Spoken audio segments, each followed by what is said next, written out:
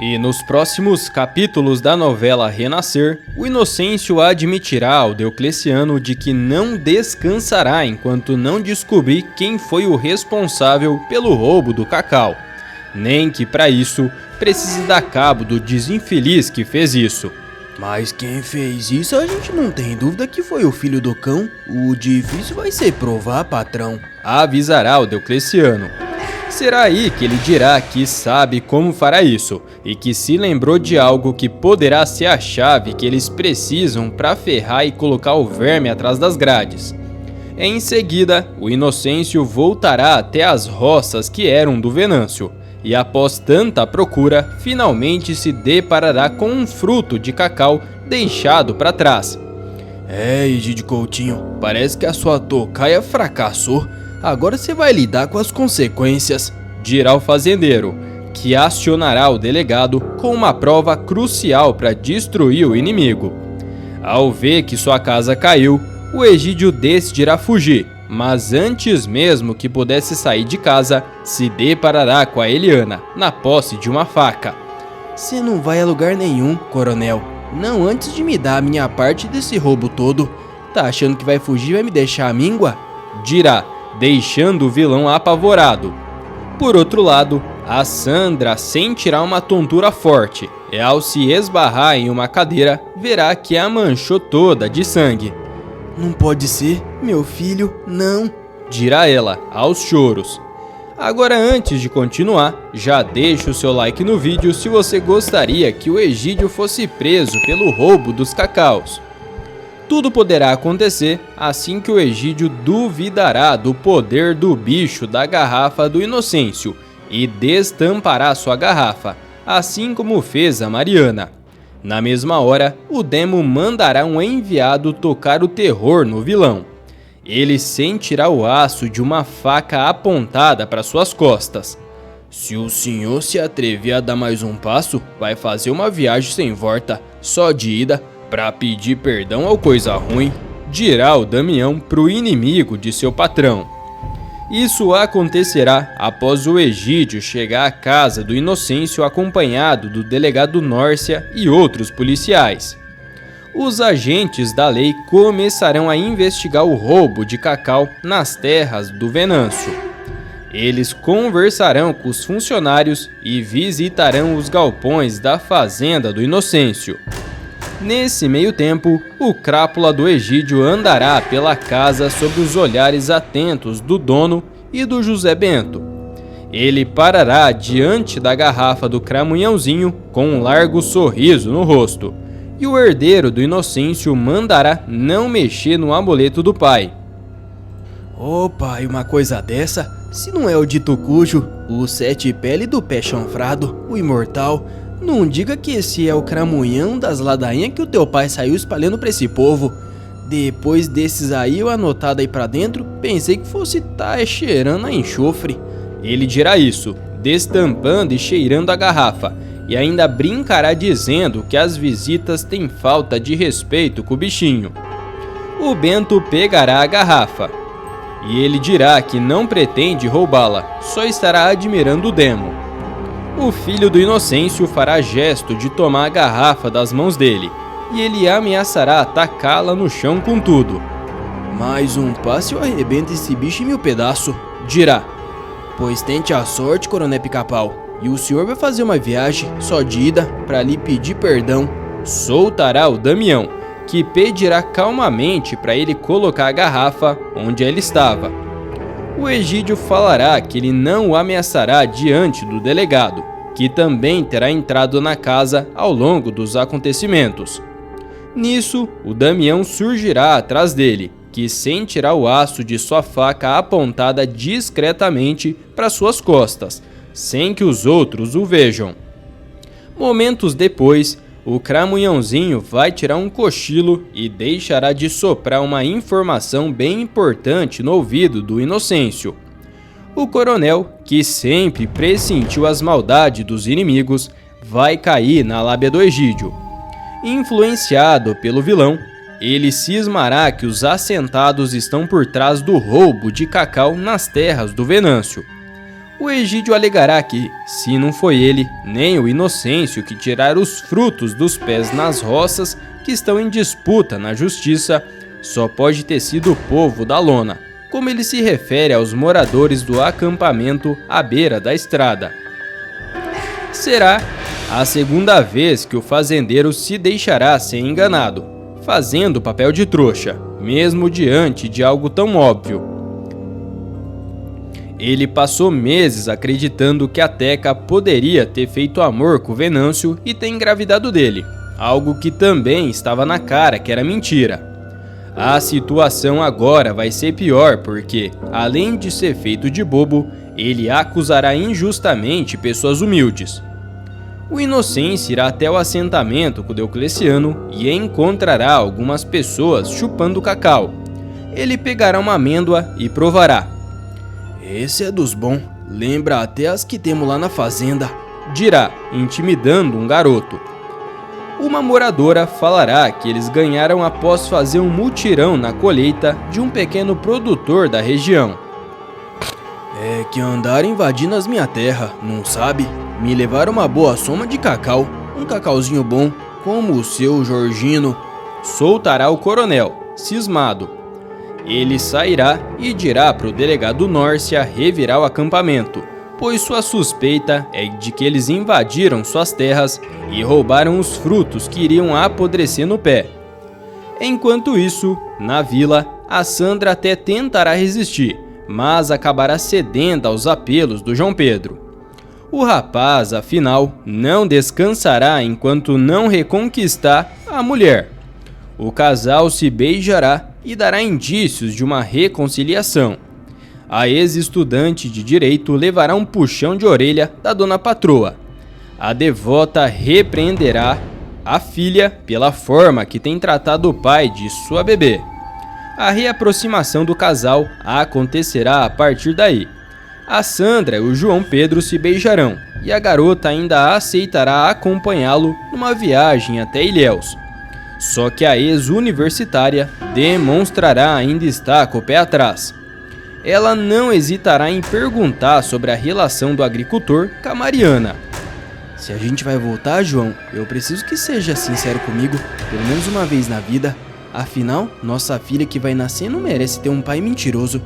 Você já se esqueceu de Mariana ou ainda tem alguma chance com ela? Perguntará.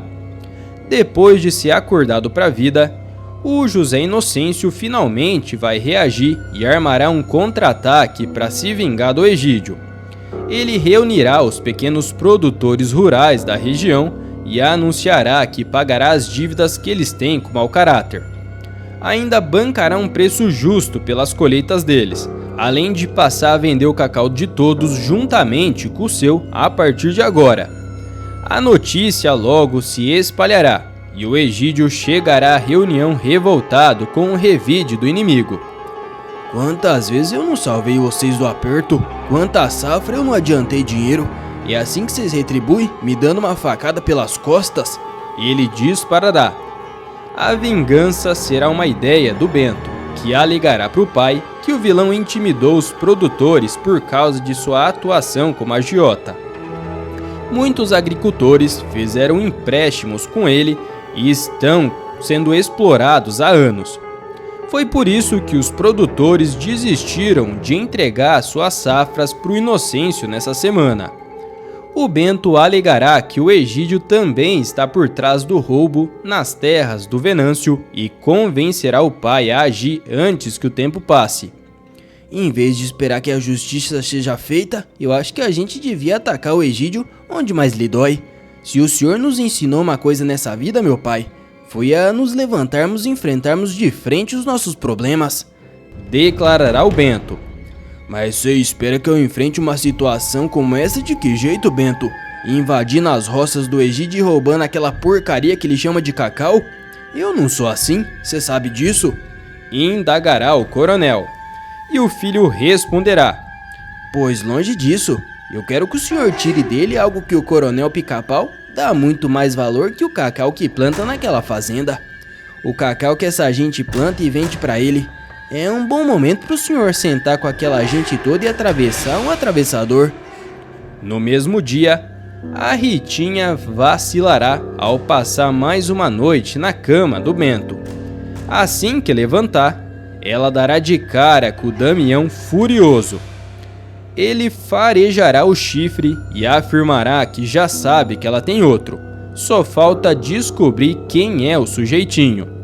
Dessa vez, ela não conseguirá contornar a situação e se verá sem saída. Eu tô sentindo que tem outro nessa história, Rita, e tô vendo que isso não vai prestar. Ele dirá. A Inácia flagrará a discussão e salvará a filha. Pois não tem ninguém nessa história. A Ritinha dormiu aqui em casa, mas eu, que sou mãe dela, por que, Damião? Algum problema? Bradará a senhora. Problema nenhum, dona Inácia. Problema vamos começar a ter se tua filha continuar dormindo fora de casa. Tá me ouvindo, Rita? Disparará o Damião. Antes disso tudo, veremos a Ritinha invadir o quarto do Bento para surpreendê-lo. Os dois se amarão e ela fará uma questão de adormecer por lá. De manhã, a garota acordará sozinha na cama e verá a porta se abrir. Ela tomará um baita susto, será flagrada seminua pela Inácia. O Bento, por sinal, terá saído cedo com o Damião e o José Inocêncio. Eles estarão acompanhando as investigações do roubo de cacau nas terras do Venâncio. E a partir desse dia, veremos o Damião ficar cada vez mais desconfiado. Ele terá certeza de que o amante dela é o Bento depois que a Kika se instalar na fazenda a pedido do coronel. A garota deixará escapar que está com ciúmes da advogada.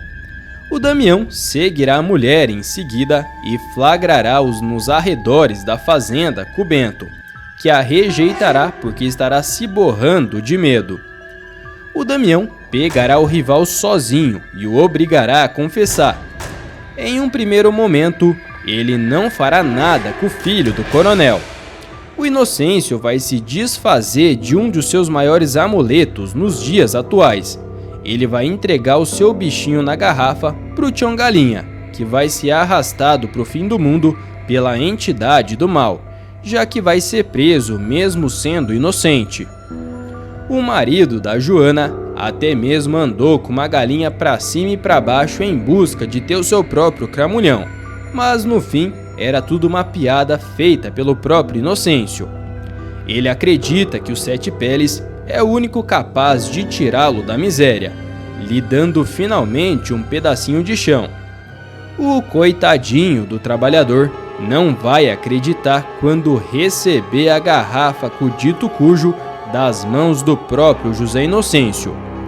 Mas é pra mim? Pra mim mesmo? Pra mimzinho essa garrafa aí? Mas você não vai ficar com ciúmes dela? Perguntará o Tião. O fazendeiro já havia se rebelado contra o Coisa Ruim após a perda da vida do Venâncio. O produtor rural deu sinais de que romperia o seu pacto com o Demo após ter passado por mais uma perda dolorosa, já que o acordo sobrenatural também não foi o suficiente para salvar Maria Santa anos antes.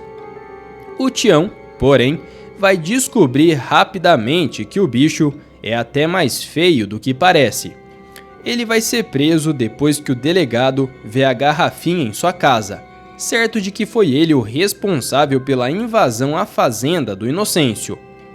O Bento vai ser o responsável por desfazer o mal-entendido, explicando que o pai realmente havia presenteado o Tião com o amuleto. A Inácia vai ser a primeira a perceber que o diabinho não está satisfeito com a decisão do Inocêncio. Pois o Tião ter sido preso já é sinal de que o dito cujo não aceitou ele enquanto patrão, soltará. Dias depois, ao descobrir as tramóias de seu rival, o Egídio ficará furioso e perderá a cabeça ao saber de que os pequenos produtores quitaram suas dívidas com ele. Sem o controle financeiro sobre eles, seu poder estará ameaçado, e ele decidirá se vingar de forma brutal. Ele conhecerá bem cada um dos produtores, sabendo onde moram, suas rotinas e seus pontos fracos. Determinado a eliminar um por um, ele preparará uma lista com os nomes dos líderes dos pequenos produtores que haviam se unido ao Inocêncio. Enquanto isso, os produtores, agora livres das dívidas, estarão celebrando sua liberdade financeira e a nova parceria com José Inocêncio. Eles não saberão do perigo que se aproximará. O Egídio, em sua primeira tentativa, atacará o Jandir, um dos líderes dos pequenos produtores, à noite, quando voltava da fazenda. O Jandir, no entanto, conseguirá escapar com ferimentos leves e alertará os outros sobre a tentativa de tocaia. Pois o Coroné tentou me dar cabo ontem à noite e posso até afirmar que foi ele que tá por trás do roubo do cacau do Inocêncio, dirá o coitado, ofegante, ao chegar ao encontro dos outros produtores. Ele não vai parar até conseguir o que quer, finalizará esse coitado. A notícia do ataque chegará rapidamente ao Damião, que decidirá que algo precisará ser feito antes que mais coisa ruim aconteça. O ceifador de vidas começará a planejar uma emboscada. Ele saberá que o Egídio não parará até conseguir o que quer. Então decidirá que será hora de pôr um fim às ações do vilão de uma vez por todas. O Damião reunirá alguns dos homens de confiança entre os produtores e explicará seu plano. Eles armarão uma tocaia para o Egídio em um dos caminhos que ele costumava usar para suas visitas secretas às fazendas dos produtores. Noite após noite, vamos revezar e vigiar o caminho, o Damião dirá aos homens. O Coroné vai aparecer uma hora e quando isso acontecer, a gente vai estar pronto. Os homens, determinados a proteger suas famílias e as terras, concordarão com o plano e se prepararão para a emboscada. Cada um deles saberá o risco que estavam correndo. Finalmente, na terceira noite, o Egídio e o Marçal aparecerão, montados em seus cavalos, seguindo pelo caminho escuro e silencioso. O vilão estará confiante, acreditando que seus ataques haviam espalhado medo suficiente para manter os produtores em silêncio. Quando o Egídio chegar ao ponto exato da emboscada, o Damião sairá de sua posição, bloqueando o caminho. Se o senhor se atrever a dar mais um passo, vai fazer uma viagem sem volta para o céu, se é que o senhor mereça estar lá, dirá o Damião, a sua voz firme e cheia de determinação. O Egídio tentará sacar seu revólver, mas antes que pudesse reagir, será cercado pelos homens. O Damião, com a faca apontada para o vilão, garantirá que ele não terá chance de escapar. Os outros homens desarmarão o Egídio e o Marçal e os levarão, amarrados, até um galpão abandonado nas proximidades. "Você achou mesmo que podia nos intimidar?" um dos produtores dirá, aproximando-se do Egídio. "Pois você não passa de um covarde", dirá o Egídio, amarrado e amordaçado. Ele será colocado em uma cadeira no centro do galpão. O Damião, olhando nos olhos do vilão, começará a falar. "Você sempre achou que podia mandar em todo mundo, que podia fazer o que quisesse sem ninguém lhe parar. Mas isso acaba aqui, Coroné. Hoje você vai pagar por todo o mal que fez." O vilão tentará falar, mas a mordaça impedirá qualquer som claro. O Damião continuará. "Nós não vamos lhe dar cabo, Coroné. Isso seria fácil demais para você. Nós vamos lhe entregar para as autoridades, com todas as provas do que você fez, e vai passar o resto dos seus dias apodrecendo na cadeia." O Damião havia alertado o delegado Nórcia sobre a emboscada e pedido que ele estivesse pronto para prender o Egídio. Quando o delegado e os policiais chegarem ao galpão, encontrarão o Egídio amarrado e os produtores ao redor, todos prontos para testemunhar contra o vilão. "É o fim da linha para você, Egídio", dirá o delegado Nórcia, colocando as algemas no vilão. O Egídio será levado direto para o hospital, onde será tratado pelos ferimentos que sofreu durante a emboscada. A notícia de sua captura se espalhará rapidamente pela cidade, trazendo um senso de justiça e alívio para os produtores e suas famílias. E agora, você gostaria que o Egídio pagasse por suas maldades? Sim ou não? Entre o Egídio e a Eliana, quem você acha pior? Vote nos comentários. Pessoal, tá aparecendo para você mais um vídeo surpreendente da novela. Clica nele para assistir e inscreva-se no canal para receber todos os vídeos publicados após a novela.